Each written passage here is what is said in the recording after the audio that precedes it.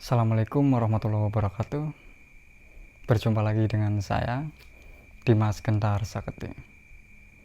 Pertama-tama saya ucapkan puja dan puji syukur kehadirat Allah Subhanahu wa Ta'ala yang telah memberikan kita banyak-banyak kenikmatan dan beribu-ribu kebahagiaan. Tak lupa sholawat serta salam kami panjatkan kepada makhluk yang paling mulia, Nabi Agung, pamungkas para nabi, Muhammad Shallallahu Alaihi Wasallam. Dan saya juga mengucapkan banyak-banyak terima kasih kepada teman-teman semua yang selalu mendukung perjalanan-perjalanan kami. Dan bagi yang baru melihat video kami, pastikan bahwa kalian sudah menekan tombol subscribe dan sudah mengaktifkan tombol loncengnya. Dan kesempatan kali ini kita akan membahas tentang ciri-ciri manusia yang memiliki bakat spiritual. Dan buat kalian pecinta spiritual, simak video ini sampai habis. Dan pertanyaan-pertanyaan ini akan diwakilkan oleh salah satu rekan kami. Dan langsung saja. Jadi pertanyaan yang pertama, spiritual itu apa sih, Mas? Spiritual ini pertanyaan yang sangat unik sekali ya. Pertanyaan sangat sangat enak sekali untuk dibahas. Jadi apa sih spiritual gitu ya? Iya. Spiritual sebenarnya hukum tabur tua ya, atau hukum tarik menarik. Jadi sebenarnya dalam setiap hari pun kita mengalami proses spiritual sebenarnya gitu. Misalkan kita melempar senyuman, terus kita dapat senyuman, itu pun namanya proses spiritual gitu. Jadi spiritual itu hukum tabur tua ya, kayak gitu loh. Jadi hukum tarik menarik kayak gitu. Terus bagaimana cara memilih guru spiritual yang cocok terus bener gitu, Mas? Cara untuk memilih guru yang cocok, sebenarnya kalau memilih guru yang cocok bisa sesuaikan dengan hati ya. Kalau hati kita nyaman dan seorang guru tersebut bisa memiliki tujuan yang kuat atau tujuan yang bisa kebaca atau tujuan yang jelas, itu bisa dijadikan guru itu. Jadi untuk menemukan guru yang sejati, sebenarnya diri kita pun memiliki diri sejati kayak itu, atau memiliki guru yang benar-benar sejati kayak itu. Dan guru sejati itu bukan di luar diri, tapi di dalam diri kayak gitu. Jadi untuk memilih guru yang benar, yaitu salah satunya kalau misalkan guru tersebut memiliki tujuan yang jelas, itu salah satu contoh yang bisa dijadikan guru gitu. Terus ciri-cirinya orang yang memiliki bakat spiritual itu gimana, Mas? Ciri-ciri bagi manusia yang memiliki bakat spiritual, Ya. sebenarnya kalau manusia itu bisa bisa mengendalikan diri dengan tenang, itu sudah memiliki bakat spiritual yang sangat tinggi ya. Karena kalau dalam kondisi tenang kan itu dalam gelombang alfa gitu, dan setiap manusia yang menuntut ilmu kan harus dalam kondisi alfa gitu. Kalau misalkan terus mendekati dalam pendalaman kan itu bisa lewat meditasi atau bisa lewat aliran-aliran apa, itu kan bisa memakai penurunan gelombang lagi ke theta, akhirnya itu bisa benar-benar powerful dalam dunia keilmuan gitu. Jadi ciri-ciri orang yang memiliki bakat spiritual sebenarnya hanya kalau misalkan seseorang bisa tenang atau bisa mengendalikan diri dengan tenang, yaitu memiliki ciri-ciri bakat spiritual yang sangat tinggi gitu. Karena pas kondisi tenang itu kondisi alfa, dan kondisi alfa itu bagus sekali untuk dalam mengelola ilmu gitu. Oh. Terus resikonya seseorang belajar spiritual tanpa guru itu apa, Mas? Resiko untuk belajar ilmu tapi tanpa guru, Iya. kan kalau dalam Islam kan kalau misalkan belajar tanpa guru kan itu gurunya kan berarti setan ya kan. Sebenarnya untuk menemukan guru itu sebenarnya bagus sekali ya, tapi kalau bisa guru yang itu kembali lagi, kalau guru yang memiliki tujuan yang jelas. Jadi kalau misalkan buat teman-teman yang ingin belajar ilmu, yaitu lebih baik mencari guru yang memiliki tujuan yang jelas ya gitu loh, dalam arti memiliki visi dan misi ya gitu. Karena itu akan berpengaruh juga dalam kehidupan kita kan. Apalagi ilmu yang dipelajari kan harus jelas gitu. Oh, iya. Terus semua orang apakah bisa belajar spiritual, Mas? Hampir semua manusia bisa mempelajari spiritual, karena kalau dalam spiritual karena diri kita juga manusia spiritual gitu loh. Jadi manusia itu sebenarnya makhluk spiritual, karena komponen-komponen yang ada dalam hati kita dan di dalam diri kita semua ini adalah komponen-komponen energi gitu loh. Jadi semua manusia itu bisa memiliki spiritual gitu, karena manusia makhluk spiritual gitu. Ucapan kita kan juga kan energi, dalam hati kita kan juga penuh dengan ladang-ladang energi. Jadi semua manusia bisa memiliki bakat spiritual atau bisa mengonsep semua spiritual gitu. Apakah tinggi rendahnya pemahaman seseorang tentang spiritual itu mempengaruhi kepada ekonomi yang terjadi dan dialami orang tersebut, Mas? Maksudnya kalau tinggi itu ekonominya gimana, Iya. kalau rendah itu gimana kayak itu? Iya. Ya kan dalam kecerdasan emosi kan itu harus memiliki spiritual yang tinggi ya. Jadi kalau misalkan tingkat spiritual kita itu tinggi, itu akan berpengaruh juga pada penghasilan kita, finansial kita, kesehatan kita, bahkan kebahagiaan kita.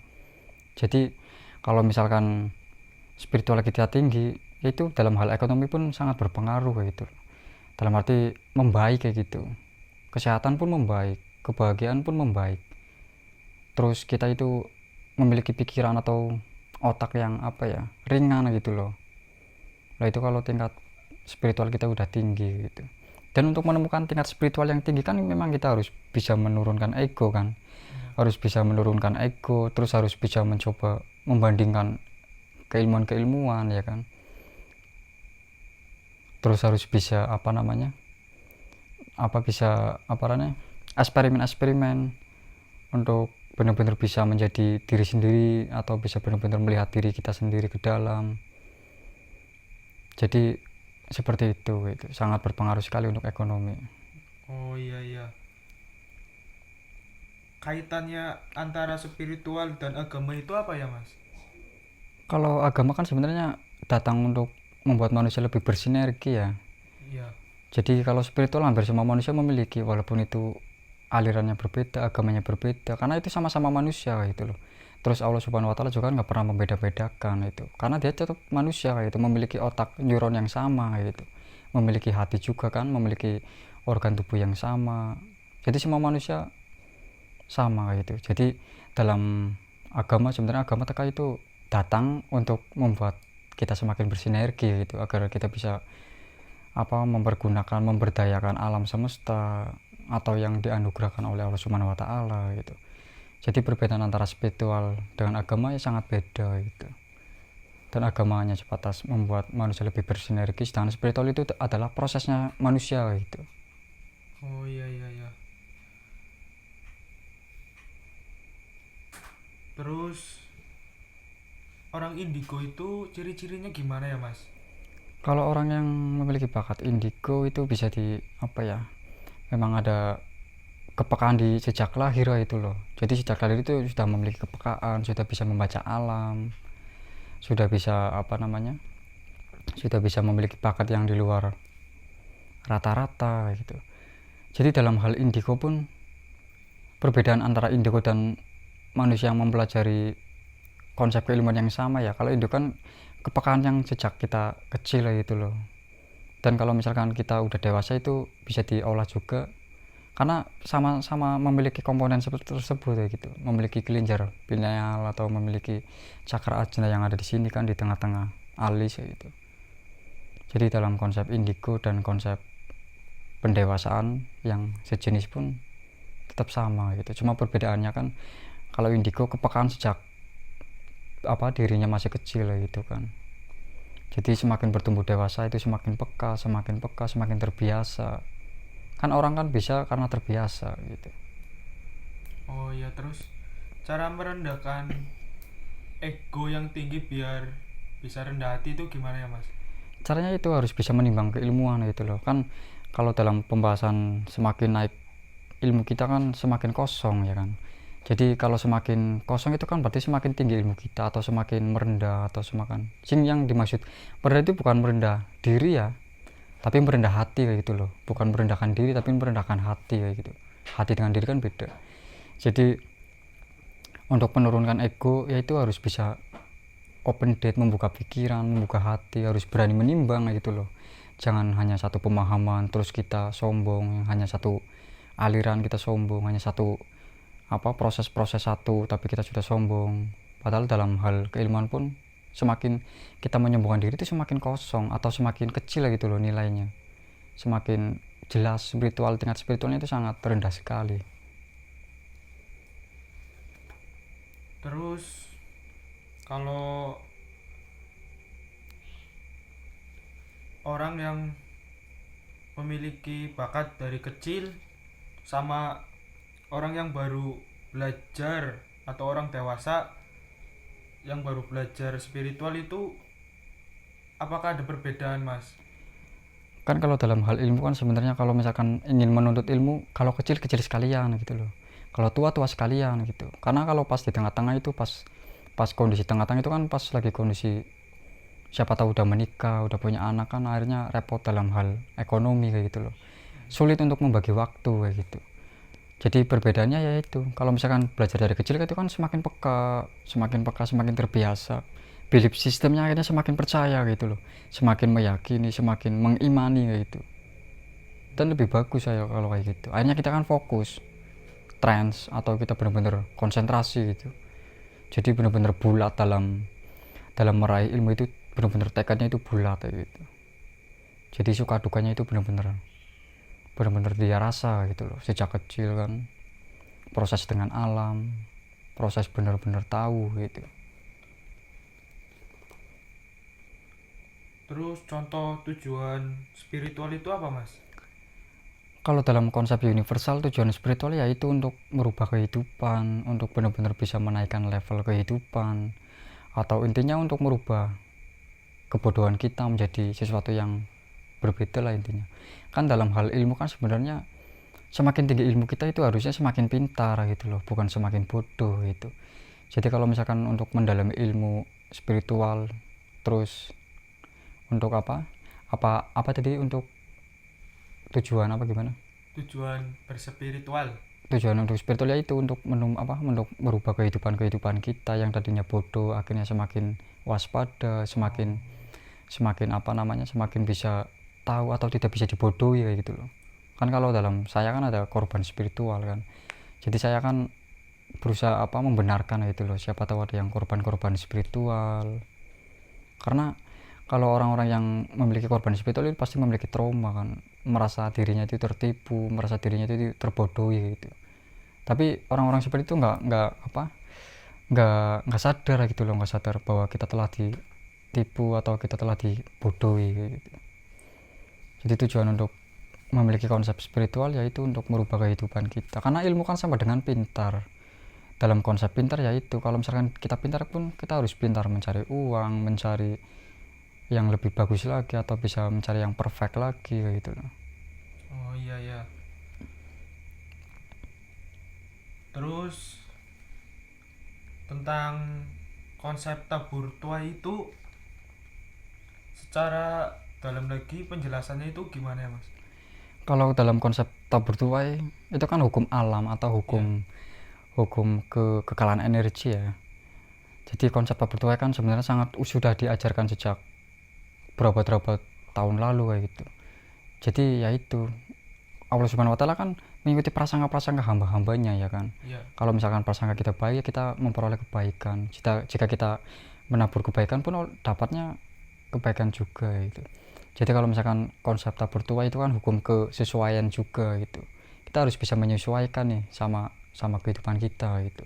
Jadi kalau misalnya kita pengen mendapat sesuatu yang positif, kita pun harus melempar positif gitu. Jadi tidak ada sesuatu yang negatif tapi diraih dengan positif, atau sesuatu yang positif diraih dengan cara negatif, itu nggak bisa gitu. Karena dalam hukum metafisika kan hukum bumerang, atau apa yang kita lemparkan menjadi hal yang sama gitu. Apa yang kita melemparkan satu jenis itu menjadi hal yang sejenis pula gitu. Hukumnya itu bumerang, tidak memiliki belas kasihan gitu loh. Itu hukum dunia. Dan itu hukum tidak pandang bulu kayak gitu loh. Misalkan orang itu memiliki wajah yang welas asih, itu nggak pandang bulu itu, nggak, dia wajahnya kasihan, nggak seperti itu. Dunia tetap bekerja itu. Jadi semua manusia itu terkurung oleh itu hukum itu, Mas. Ya itu hukum kekekalan energi itu. Jadi hukum ini akan tetap kekal itu sampai kita mati pun Tetap ada. tetap ada hukum-hukum kekekalan energi. Salah satunya hukum tabur tuai, hukum kesesuaian, terus hukum metafisika, hukum fisika. Karena banyak sekali teman-teman yang masih bingung dalam hal hukum fisika dan hukum metafisika ya. Biasanya dalam hal rezeki ya itu loh. Jadi dalam hal rezeki juga itu kan bukan hukum fisika gitu loh. Dalam hal rezeki sebenarnya itu hukum metafisika, karena rezeki itu tidak kelihatan atau tidak tampak kayak itu loh. Rezeki kan goib. Kalau uang itu kan hanya sebatas materialnya kayak itu loh. Sedangkan rezeki kan itu goib. Besok dapat uang berapa atau masa depan saya jadi apa, besok akan mendapatkan bagaimana, itu kan goib, tidak bisa dilihat. Lah hukum hukum rezeki itu pakai hukum metafisika karena hukumnya itu tidak kelihatan gitu loh. Nah dalam hukum metafisika seperti itu, apa yang kita lemparkan menjadi hal yang sama. Kalau misalkan kita melemparkan kesusahan, berarti kita sedang menarik sesuatu yang lebih susah gitu. Biasanya sepertinya ada bonus-bonusnya gitu loh. Misalkan kita melemparkan satu kesusahan, berarti kita sedang menarik sesuatu yang lebih susah dan bonus-bonusnya gitu loh. Dan sebaliknya kalau misalnya kita melemparkan kebahagiaan, keceriaan, optimis, percaya diri, keberanian, dan sesuatu yang positif lainnya, itu pun akan menarik sesuatu yang positif juga gitu loh, dan beserta bonus-bonusnya juga gitu. Jadi untuk menjadi manusia positif itu sebenarnya tidak ada ruginya ya, bahkan hampir menyeluruh itu mengenai keuntungan semua gitu. Oh iya iya iya. Sebenarnya dalam setiap hari kita mengalami proses spiritual gitu. Karena bagi orang-orang yang belum tahu tentang spiritual itu selalu mengait-ngaitkan bahwa spiritual itu berdukunan, ya kan? Iya. Spiritual itu ilmu goib, dan spiritual itu hanya dicakup oleh orang-orang yang terpilih atau orang-orang tertentu kayak gitu kan.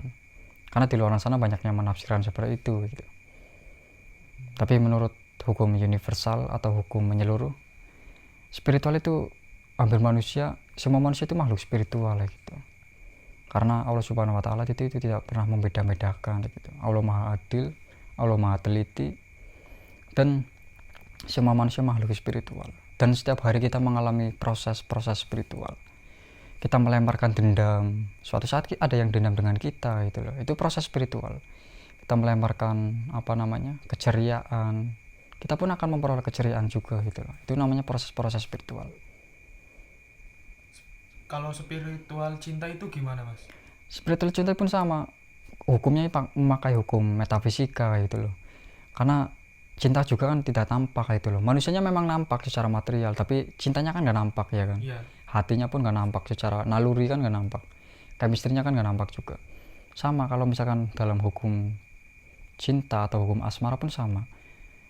Dan dalam agama Islam juga sudah mengajarkan gitu loh. Sebelum kita memperoleh pasangan, kita sudah diwajibkan untuk memperbaiki diri sendiri gitu loh. Karena itu sedang memproses proses spiritual gitu loh. Kalau misalkan diri kita baik, kita pun akan memperoleh wanita yang baik atau laki-laki yang baik. Kalau misalkan kita menjadi pribadi yang pelit nih, pun akan memiliki pasangan yang pelit gitu. Karena hukumnya sama, metafisika, apa yang kita lemparkan menjadi hal yang sama gitu. Dan dalam Islam pun sudah mengajarkan bahwa jodoh kita itu mirip dengan kita gitu loh. Mirip perwatakannya gitu. Jadi makanya itu untuk memiliki pikiran-pikiran dan hati yang positif nggak ada ruginya gitu. Karena kan berimbas kepada diri kita sendiri gitu. Terus perbedaan spiritual purbakala sama konsep spiritual yang modern seperti sekarang ini apa ya, Mas? Yang dimaksud purbakala itu konsep-konsep yang dahulu kayak gitu. Iya, kepercayaan lama. Memang kalau kepercayaan lama itu senang sekali dengan sesuatu yang tahayul, mitos. Itu sangat senang sekali kayak gitu. Dan kalau misalkan konsep purbakala lagi, kalau misalkan zaman-zaman peperangan, zaman kemerdekaan, orang yang bisa bisa putus terus nyambung lagi rawa rontek itu kan. Iya, rawa rontek. Dan sebenarnya kalau konsep-konsep yang purbakala yang seperti itu sebenarnya konsep yang bagus, karena orang-orang terdahulu itu selalu memakai hati kayak gitu loh. Itu kelebihan dari orang terdahulu, itu selalu bisa pakai hati gitu. Misalkan kita memiliki ajian atau memiliki amalan itu pakai hati, bukan pakai pikiran. Kalau konsep sekarang kan, kalau konsep-konsep yang sekarang kan ini ilmu kebal nih, pikiran kita udah kritis dulu gitu loh. Duh, nanti keluar darah gimana ya, ini sakit gimana ya, udah pakai pikiran gitu loh. Jadi purbakala itu kelebihannya ada pada hatinya kayak gitu loh, tapi kekurangannya yaitu suka dengan sesuatu yang tahayul, mitos. Dan memang kalau misalnya diukur secara zaman itu memang berbeda. Dulu kan memang nggak ada penerangan ya kan, Iya. akhirnya si alam halusinasi, alam ilusi, alam delusi itu sangat sangat kental sekali kayak gitu loh. Dan kalau sekarang kan kita bisa bandingkan kan, terus keilmuan kan perlu di-upgrade gitu loh, keilmuan itu perlu diperbaharui karena ilmu itu juga bisa busuk kalau tidak mengikuti zaman gitu. Jadi kalau misalkan sudah zaman seperti ini kita memiliki konsep yang sangat lama seperti itu nggak masuk gitu loh, karena itu konsep dari dahulu udah busuk kayak gitu loh, perlu di-upgrade, perlu pembaharuan. Kita pun harus mengikuti konsep yang sekarang gitu. Makanya Allah Subhanahu wa taala juga pernah mengatakan, walaupun kamu menulis ilmu-ilmu saya pakai tinta air lautan, itu pun nggak bakalan habis ya gitu loh. Nah itu kan menandakan bahwa keilmuan itu perlu di-upgrade ya gitu loh, harus bisa menyesuaikan zaman, peradaban, menyesuaikan manusia. Dan salah satunya memang terus ada pembaharuan, ada perbaikan, penyempurnaan. Jadi ada titik kelebihan dan ada titik kekurangannya sebenarnya. Jadi korban ilmu itu atau orang yang gila karena ilmu itu seperti apa Mas? Contohnya, ciri-cirinya orang yang seperti itu. Maksudnya yang belajar ilmu Iya, terus gila gila nggak gitu. kuat katanya itu. Terus ya yang seperti itu ya, Iya. dalam arti menafsirkan bahwa semakin banyak ilmunya itu semakin gila gitu. Iya. Atau jangan belajar ilmu banyak-banyak nanti kamu gila, kan seperti itu mitosnya ya kan. Iya Mas. Sebenarnya bukan seperti itu ya. Kalau misalkan garis bawah ilmu kan nggak melulu tentang seperti itu gitu loh. Jadi kalau misalkan kita TK itu namanya apa kalau bukan ilmu, terus kita naik lagi SD itu kita sedang menuntut ilmu ya kan. Iya. Kita naik lagi SMP itu namanya apa, proses menuntut ilmu juga. SMA, kuliah, bahkan menikah, terus tetap kuliah, terus dalam kuliah lulus lagi, kuliah lagi, bahkan sudah punya cucu tetap belajar lagi, baca buku. Itu namanya proses menuntut ilmu gitu loh. Dan coba kita bayangkan sejenak untuk melihat orang-orang yang semakin tinggi ilmunya, apakah mereka gila? Nggak gila kayak gitu loh, malah semakin membaik kehidupannya gitu loh, entah itu kesehatannya, entah itu mentalnya, entah itu ekonominya, finansialnya. Dan semakin tinggi ilmunya itu semakin wawasan kita ya kan. Iya. Semakin tinggi ilmu kita semakin banyak kemampuan kita, dan sudah tentu kalau kemampuan kita banyak, penghasilan kita pun lebih banyak kayak itu loh. Jadi kan di saya juga kan ada seperti itu, penyembuhan gila karena ilmu dan gila-gila lainnya, gila kejiwaan lainnya itu. Dan dalam pengalaman saya pun dalam proses penyembuhan orang gila pun tidak pernah saya menemukan orang itu kebanyakan ilmu kayak gitu loh. Dan kebanyakan mereka memang karena buntu dengan ilmu kayak gitu. Jadi Bingung ya Mas. bingung, sudah buntu dengan ilmu kayak gitu loh. Dan selama mereka udah sembuh kan ya, saya tanya ilmunya, ya memang ilmunya itu sangat rendah sekali kayak gitu loh, bukan karena kebanyakan ilmu gitu. Jadi sebenarnya itu hanya sebatas mitos ya. Kalau misalkan semakin tinggi ilmu kita itu semakin membuat kita gila, itu hanya sebatas mitos sebenarnya. Dan karena itu saya juga tidak pernah menemui pasien gila saya yang seperti itu gitu loh. Malah mereka itu buntu dengan ilmu, dia membatasi ilmu ya, seperti itu intinya bukan karena kebanyakan ilmu gitu. Jadi mental, terus ada yang bertanya lagi Mas, mental block itu apa Mas? Mental block itu mental yang sudah ngeblok ya, dalam arti mental block, semua manusia memiliki mental block, entah dalam kesehatan, entah dalam asmara, entah dalam keuangan, entah dalam apalah yang lain-lain, entah itu penyekatan energi lainnya pasti ada. Setiap manusia memiliki mental block, dan mental block itu salah satunya bisa merugikan gitu loh jika itu tidak cepat diperbaiki gitu. Misalkan kita sudah ngeblok nih, salah satu contoh mental block kan kayak seperti ini, kamu jangan keluar ya karena ini sedang hujan, nanti kamu sakit gitu. Itu namanya mental block. Atau pernah menafsirkan bahwa saya ini jelek, saya tidak pantas untuk mendapatkan seorang pasangan yang terbaik, itu namanya juga mental block.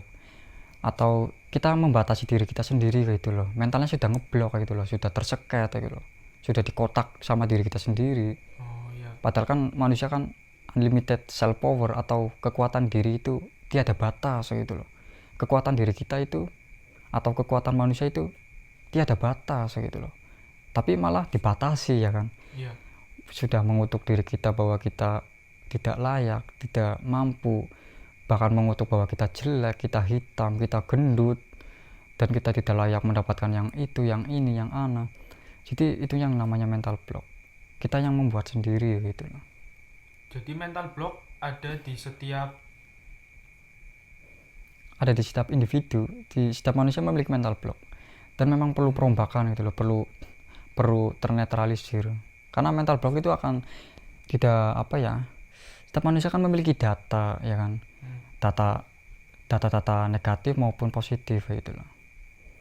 Jadi kira-kira jenengan sudah pernah bercermin ke kaca? Pernah. Lah itu yang nampak di kaca itu siapa? saya. Nah itu kan perwujudan secara fisik gitu. Iya, Mas. Yang ada di cermin itu perwujudan kita secara fisik ya kan. Iya. Tapi di dalam hati kita atau di dalam diri kita itu ada dua perwujudan, yaitu satu perwujudan negatif, yang dua perwujudan positif gitu loh. Salah satu perwujudan negatif yaitu misalkan manusia memiliki sifat pesimis, penakut, cemas, khawatir, terus ya negatif lainnya gitu loh. Itu manusia dalam satu gitu loh. Iya. Yang kedua itu yang sifat positif atau manusia positifnya. Terus itu yang sifat-sifat optimis, percaya diri, pemberani, terus jujur, setia, ya intinya yang positif. Karena yang nampak di cermin itu hanya sebatas perwujudan kita secara fisik ya, tapi perwujudan kita secara ruh atau secara dimensi lain atau diri kita yang di dalam ini ada dua gitu, positif dengan negatif. Kita tinggal pilih nih, karena memang hidup kan adalah pilihan. Iya. Kita tinggal pilih diri kita yang mana nih, kita akan mengaktifkan mekanisme yang mana nih gitu, yang positif apa yang negatif itu. Dan dalam hukum seperti itu pun sama, kalau kita menjadi diri yang negatif pun mendapatkan negatif gitu. Kalau kita mengaktifkan diri kita yang positif pun jelas mendapatkan sesuatu yang positif gitu. Jadi orang-orang yang sevibrasi itu terkadang jadi satu ya Mas ya. Misalkan orang-orang yang berpikiran tentang maksiat, terus ya kumpulnya sama orang-orang maksiat. Iya Rata-rata itu. kan. Ya, jadi buat teman-teman ya, ini namanya vibrasi. Vibrasi itu salah satu elektromagnetik atau perasaan gitu loh, atau bisa dikatakan getaran gitu loh. Vibrasi itu getaran, vibrasi itu perasaan, vibrasi itu elektromagnetik gitu loh. Selama ini kita ngumpul dengan siapa nih? Kalau kita ngumpul dengan orang pemalas, kita pun akan mengikuti, karena ada proses elektromagnetik gitu loh. Proses elektromagnetik itu proses yang tidak kita sadari nularnya gitu loh. Kita gaul dengan siapa nih? Maaf misalkan kita gaul dengan orang bodoh, kita pun akan mengikuti kebodohannya gitu loh. Dan memang lahir elektromagnetik itu tanpa kita sadari gitu loh. Kita gaul dengan orang pintar, kita pun akan mengikuti kepintarannya gitu loh. Kita gaul dengan orang yang ahli agama, kita mengikuti religi. Kita gaul dengan pemabuk, kita ikut mabuk. Karena elektromagnetik itu lahirnya tanpa kita sadari gitu. Itu namanya vibrasi. Vibrasi itu getaran, vibrasi itu perasaan, vibrasi itu elektromagnetik gitu loh. Jadi maka kalau misalnya kita memiliki keinginan untuk berubah atau keinginan untuk menaikkan level-level kehidupan kita pun harus berani untuk keluar dari zona nyaman ya. Itu namanya zona nyaman. Kalau kita sudah nyaman dengan prospek seperti itu namanya zona nyaman.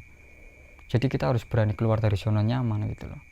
Sama halnya seperti ini kan, banyak sekali orang-orang yang ingin cepat punya pasangan gitu loh. Kan saya kan ada khusus kayak gitu ya, khusus seminar-seminar gendam cinta, gendam pemikat, atau khusus asmara itu di saya juga ada. Kemarin juga ada pasien yang seperti itu, klien yang ingin mendapatkan pasangan gitu loh. Jadi dalam proses asmara pun sama, tetap menggunakan proses elektromagnetika itu loh. Kita berangan-angan pengen punya pasangan ya kan, tapi kita bergaul atau kita bergerombolan dengan orang-orang yang jomblo, itu pun akan sulit sekali untuk mempunyai pasangan gitu loh. Karena elektromagnetik itu menyerang kita atau menularnya itu tanpa kita sadari gitu loh. Kita memiliki keinginan untuk pengen punya pasangan, tapi kita gaulnya sama jomblo, ya itu akan sangat sulit sekali gitu. Terus penjelasan tentang ilmu itu ada dua, ilmu hitam, ilmu putih, itu apa ya Mas? Ilmu hitam dengan Kadang gimana? kan ada yang bilang gendam itu gendam hitam, gendam putih. Itu penjelasannya gimana Mas? Ilmu hitam dengan ilmu putih, sebenarnya tidak ada ilmu yang hitam, tidak ada ilmu yang putih ya. Karena kita punya pisau pun kalau kita bisa menusuk orang juga hitam ya kan, tapi kalau misalkan untuk sesuatu yang positif juga kan putih ya kan. Jadi ilmu itu netral sebenarnya. Jadi tergantung niatnya manusia tersebut ya. Ya tergantung si individu, karena ilmu itu netral, tidak apa ya, tidak ada batas itu loh. Ilmu itu netral, tidak ada ilmu putih, tidak ada ilmu hitam. Yang putih, yang hitam itu hanya sebatas pakaiannya saja atau backgroundnya saja gitu loh. Backgroundnya apa nih? Backgroundnya kalau misalnya berdukunannya itu dicap hitam. Backgroundnya apa nih? Backgroundnya apa religi ya itu dicap putih. Dan dalam gendam, di saya pun ada seminar gendam ya. Jadi buat teman-teman yang pengen belajar gendam, bisa hubungi nomor yang ada di deskripsi ya.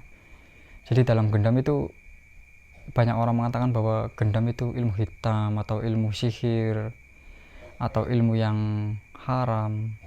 Jadi gendam itu bukan proses seperti itu gitu loh. Gendam itu proses alami, rasional, proses benar-benar ilahiyah gitu loh. Sebenarnya manusia memiliki ilmu gendam semuanya gitu loh. Jadi semua manusia memiliki ilmu gendam gitu loh. Cuma kan tidak mengetahui pola-polanya, teknik-tekniknya, tidak mengetahui cara kerjanya, terus cara penerapannya, cara mengolahnya ya kan. Setiap manusia memiliki ilmu tersebut gitu. Dan hampir semua manusia itu memiliki semua keilmuan karena itu unlimited self power gitu loh. Kekuatan diri tiada batas gitu. Jadi gendam itu bukan sesuatu yang negatif, bukan sesuatu yang haram, bukan sihir juga. Iya. Karena gendam sesuatu yang sangat alamiah, sesuatu yang rasional. Dan memang setiap hari pun manusia sebenarnya mengalami proses gendam, cuma kan nggak ngeh gitu loh. Dan rahasianya memang ada di seminar gendam saya ya, ada. Nanti kalau misalkan pengen belajar gendam, memiliki kemampuan gendam, bisa hubungi nomor yang ada di deskripsi gitu.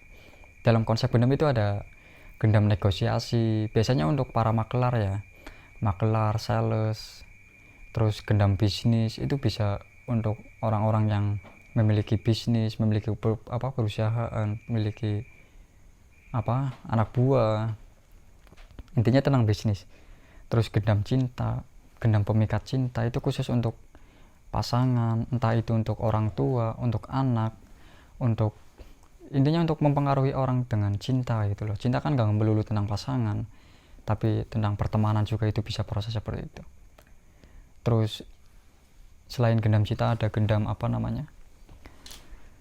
gendam energi, gendam mantra, gendam azimat, gendam suwuk, gendam jarak jauh juga ada. Itu proses alamiah semua ya, semua manusia memiliki konsep seperti itu gitu. Jadi terus saya mau bertanya lagi Mas, musyrik itu apa ya Mas?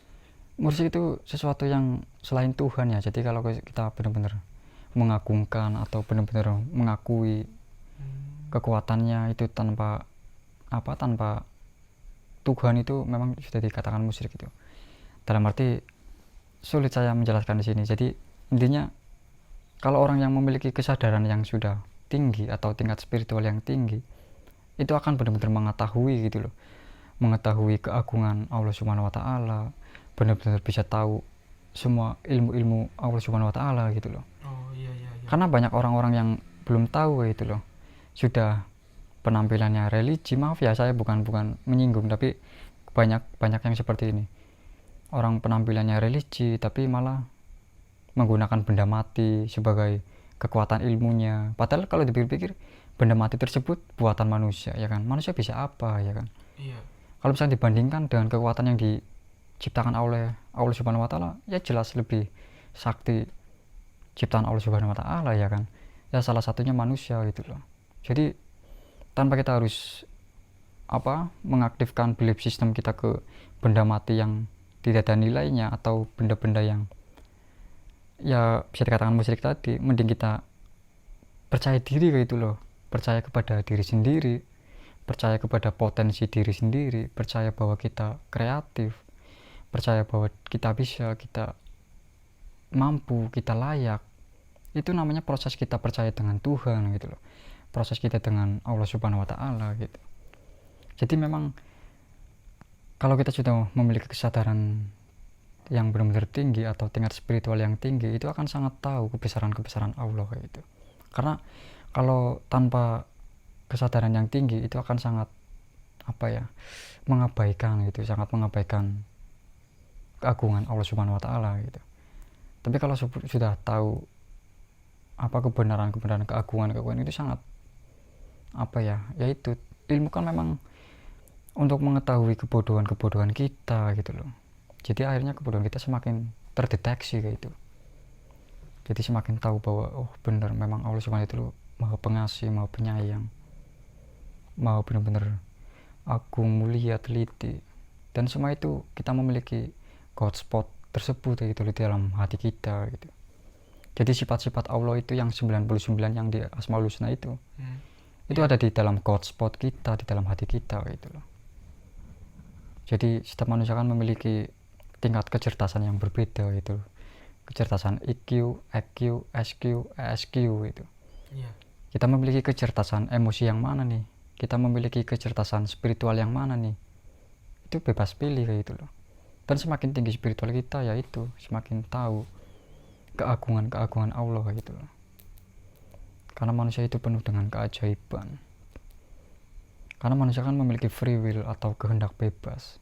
Makhluk yang benar-benar bisa benar diciptakan menjadi makhluk paling mulia gitu loh, ketimbang makhluk lainnya gitu. Memiliki derajat yang paling tinggi gitu. Dan manusia memiliki dualisme, ya kan. Iya.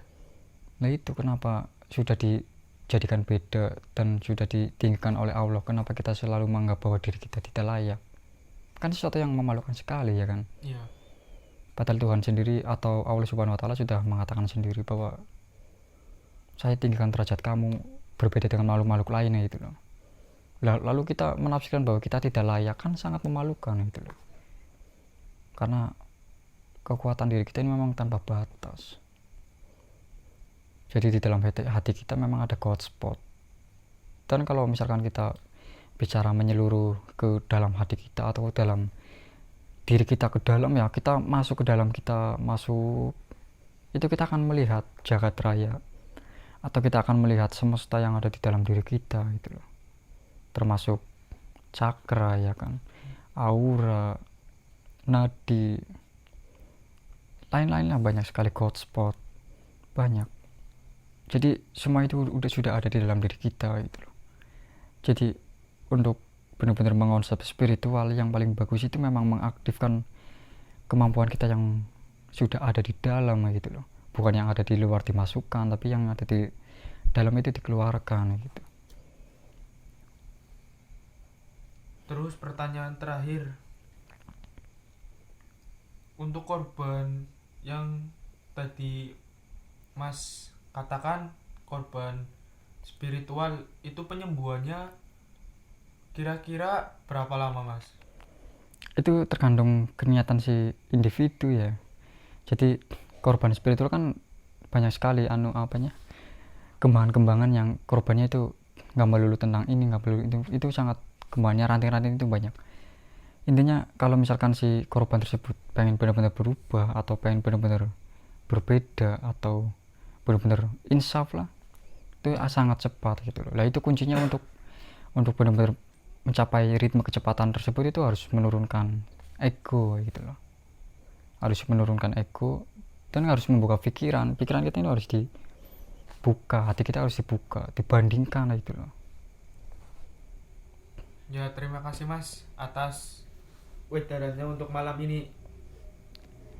Iya sama-sama. Jadi untuk hal spiritual semua manusia itu sangat layak atau sangat bisa gitu. Jadi buat teman-teman semua yang senang sekali dengan dunia spiritual, metafisika atau ilmu-ilmu yang ajaib, itu kalian layak itu, kalian bisa itu. Karena di saya juga ada menerima anak didik baru ya, menerima anak-anak didik juga dalam hal spiritual, metafisika atau dalam hal healing, pengobatan atau dalam konsep lainnya pun kita mengonsep. Jadi buat teman-teman terus berkarya, terus berkembang, terus berjuang. Intinya kalian itu bisa gitu loh. Kalian itu mampu, kalian itu layak untuk mendapatkan apapun yang menjadi keinginan kalian gitu loh. Dan kurang lebihnya seperti itu.